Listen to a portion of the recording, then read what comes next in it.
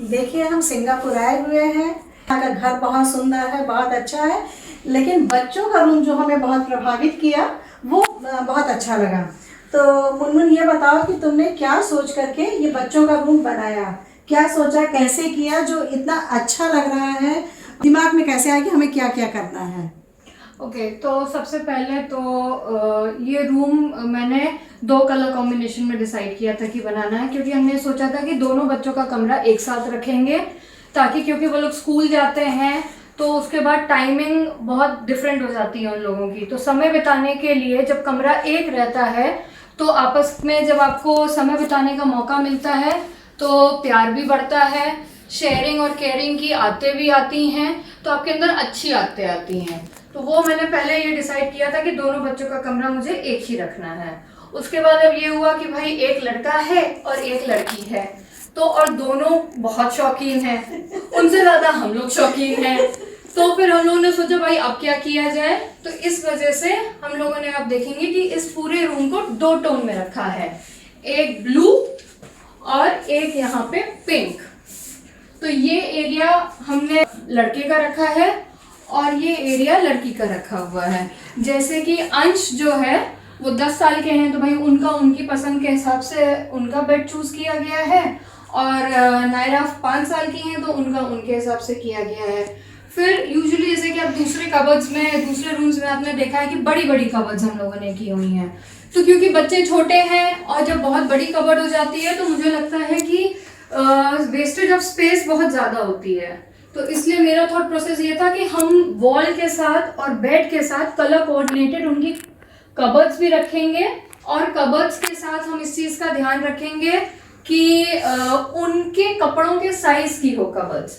तो जैसे कि आप देखेंगे कि इन लोगों के कपड़े बहुत छोटे छोटे होते हैं, तो जब हम बड़ी कबर्ड्स लेते हैं तो उसमें क्या होता है, सामान बहुत ही बिखरा हुआ रहता है, और कबर्ड्स, बड़ी कबर्ड्स चौड़ाई में लंबाई में जगह बहुत घेर लेती है और कमरे को छोटा कर देती हैं। और जब हमारे पास स्पेस का कंस्ट्रेंट है तो हमको ये देखना है कि हम उस स्पेस को ऑप्टिमली कैसे यूटिलाइज कर सकते हैं।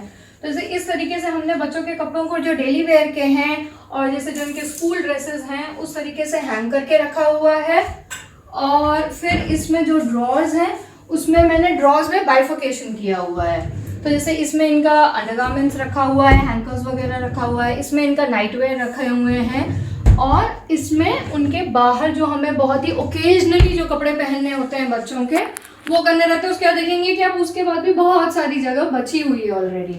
और जो इसका ऊपर का पोर्शन है उसमें जैसे बच्चों के एक्स्ट्रा टॉयज और ये सब चीजें होती है जो यूजुअली आप फिर बच्चे बहुत फैला देते हैं, बहुत स्कैटर करते हैं, तो कमरा बहुत शैबी लगता है, बहुत मेसी लगता है, वो मुझे बिल्कुल भी पसंद नहीं है। और वो आप बच्चों के कमरे में कितनी भी कोशिश कीजिए वो हो नहीं सकता है। और क्या होता है, जब आप शॉपिंग करने जाते हैं बच्चों का क्रेज रहता है, कुछ ना कुछ आप एक्स्ट्रा लेते रहते हैं। तो जब हम लोग बच्चों का ये सब करते हैं तो वो एक्स्ट्रा सामान हम यहाँ करते हैं, और जैसे हमें जब जरूरत होती है तो उसको वहां से यूज करके फिर वापस वहां रख देते हैं। सिमिलरली मैंने अंश का भी कबर्ड किया हुआ है, यहाँ पे उनके भी सारे कपड़े ऐसे हैंग करके रखे हुए हैं। यहाँ पे उनके नाइटवेयर्स हैं, यहाँ पे उनके अंडरगारमेंट्स और सॉक्स वगैरह हैं, मास्क वगैरह हैं, और नीचे जो एक्स्ट्रा कुर्ते और वेस्टर्न का और एथनिक वगैरह जो होते हैं जो ओकेजनली यूज करना होता है वो होता है। और बाकी हम लोग बोर्ड गेम्स के बहुत शौकीन हैं, तो इस साइड में सारा सेक्शन हम लोगों ने बोर्ड गेम्स के लिए बहुत अरेंज करके रखा हुआ है कि आप यहाँ पे, और ये इतनी बड़ी स्पेस हम लोग जैसे पहले से ही सोच के रखा हुआ था हम लोगों ने कि एक स्पेस हम लोगों को ऐसी क्रिएट करनी है जहां पूरी फैमिली बैठ करके आराम से खेल सके। तो जब पूरी फैमिली को खेलना है तो हम लोग यहीं से बोर्ड गेम निकालते हैं, यहीं पे खेलते हैं, और खेलने के बाद वापस वहीं पर रख दिया जाता है। तो उससे ये होता है कि आपका कोई कमरा या और दूसरे कमरे डिस्टर्ब नहीं होते, यहीं पे यहीं खेला, और बच्चों की चीज में ही, रूम में ही रह के वो चीज खत्म हो जाती है। उसके बाद अगर आप देखेंगे तो ये हमने ड्रेसर करके रखा हुआ है बच्चों का, ताकि उन लोगों को रेडी होने में कंफर्टेबल रहे। तो ये हम लोगों ने प्रॉपर रखा था इस तरीके से। इसमें हमने बाइफिकेशन किया है कि इस साइड नायरा की क्लिप्स और वो सब किए हैं, इस साइड अंश का किया हुआ है सारा हम लोगों ने।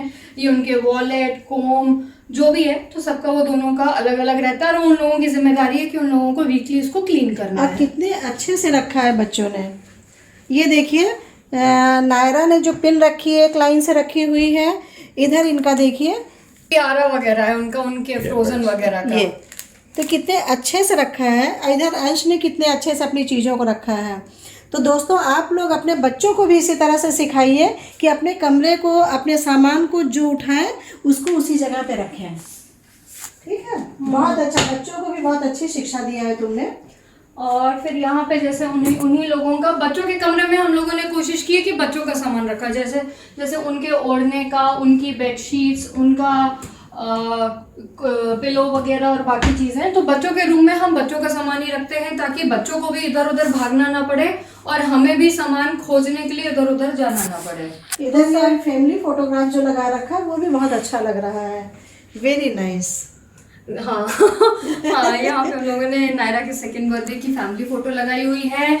ये अंश का फेवरेट कैरेक्टर है नरूतो का, तो ये उनके बेड के सामने उनकी ब्लू वॉल पे हमने इसको हाईलाइट किया हुआ है।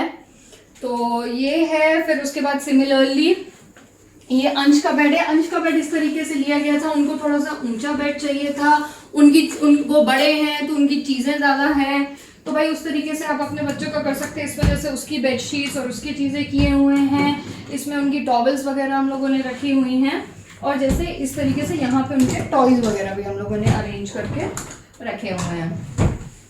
और जैसे वो लोग यहीं से निकालते हैं, यहीं से खेलते हैं और वापस यहाँ पे रखते हैं।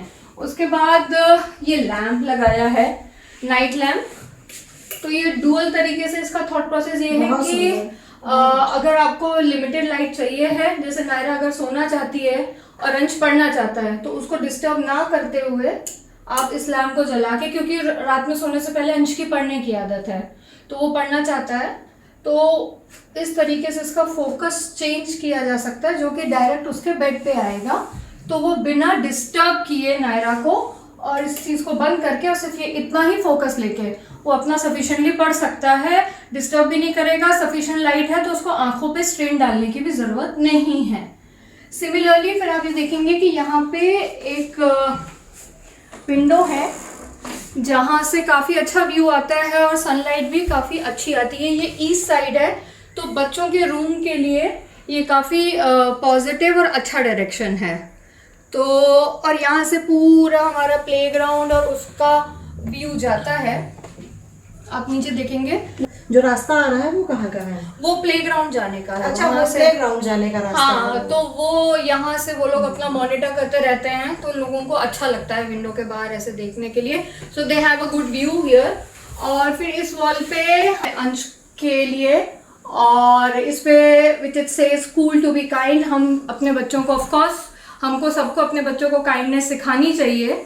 तो उस जैसे कि हम ये चाहते हैं कि जब वो रूम में पढ़ें या रूम में आते हैं, कुछ भी चीज़ देखते हैं, तो वो एक पॉजिटिव वाइब उनको आनी चाहिए। तो बच्चे जब जो देखते हैं, आंखें जो देखती हैं वो दिमाग को रजिस्टर करती हैं। तो जब बच्चे जितनी बार आएंगे, इसको पढ़ेंगे, तो ये उनके जहन में जाएगा कि हाँ, काइंड होना ही कूल है। क्योंकि आजकल के बच्चों को अगर हम देखें तो कूल होने के मतलब बहुत अलग हो गए हैं। यू नो, अपने फ्रेंड सर्कल में या उस तरीके से, जिस तरीके से वो लोग बात करते हैं, यो ये वो, तो उसकी जगह वो कूल नहीं है। हमें उनको ये सिखाना है कि काइंड होना कूल है। तो जब वो ये देखेगा, पढ़ेगा, तो इस चीज़ को समझेगा कि इस तरीके से आपको अंदर ह्यूमैनिटी होनी चाहिए। ये जो पपी है वो उस चीज़ का सिग्निफिकेंट है, यू नो, कि हमें जीव जंतुओं के लिए भी सोचना चाहिए और उनके प्रति हमें काइंड होना चाहिए। सिर्फ एज ह्यूमंस नहीं, कि हमें सिर्फ अपने लोगों से लोगों में नहीं, हमें जानवरों के अंदर भी उतने ही प्रेम भावना का अपने अंदर सुचारू रूप से उस चीज़ का करना चाहिए। और सिमिलरली हमने यहाँ नायरा के बेड पे भी वही सेम लगाया है, kindness is free it says. तो इसमें यह है कि ये देखने में भी अच्छा है, और बात सही है कि भाई इसमें कोई पैसा तो लग नहीं रहा है ना। अगर आप दयालु हो रहे हैं तो उसमें आपका कोई पैसा नहीं लगेगा, और ये मुफ्त की चीज़ है। आप सीख लीजिए, एक अच्छी सीख है, तो आप पढ़िए, सीखिए और उस बारे को, उस चीज़ को वो करिए। और यहाँ पे हमने बच्चों की बुक्स, ये बुक शेल्फ किया हुआ है, जहाँ पे हमने अंश की और नायरा की दोनों की फोटोज लगाई हुई हैं।